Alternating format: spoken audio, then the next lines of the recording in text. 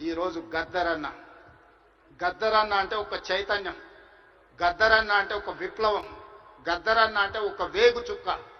గద్దరన్న స్ఫూర్తితోని ఈరోజు తెలంగాణ రాష్ట్రాన్ని మేము సాధించుకున్నాం.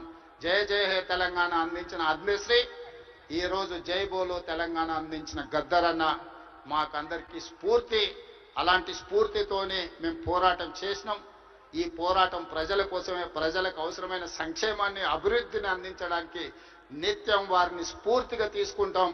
ఈరోజు తెలంగాణ గద్దర్ ఫిల్మ్ అవార్డ్స్ తీసుకున్న వాళ్ళందరినీ కూడా నేను మనస్ఫూర్తిగా అభినందిస్తున్నా.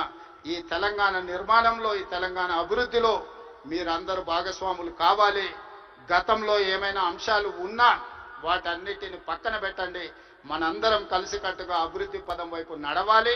మరొక్కసారి నందమూరి బాలకృష్ణ గారిని వారు ఒక మాట చెప్పిండ్రు నాకు చెప్పమని. కళ్ళతో చూసేది కళ, కళ్ళతో అభినయించేది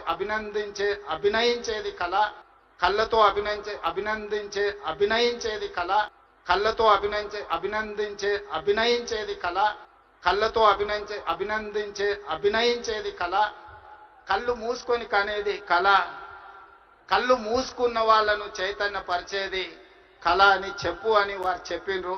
సో వారి బాలకృష్ణ గారి తరఫున మీకు అందరికీ చెప్తున్నా, ఖచ్చితంగా ఈ కళా చైతన్యమే ఈరోజు తెలంగాణ రాష్ట్రాన్ని అభివృద్ధి పదం వైపు నడిపించిన ఎంతో మందిని, ఈరోజు విప్లవాల వైపు నడిపించిన గద్దరన్న ఈరోజు అభివృద్ధి పదం వైపు నడిపించడానికి కూడా మనస్ఫూర్తిగా ఉండాలి.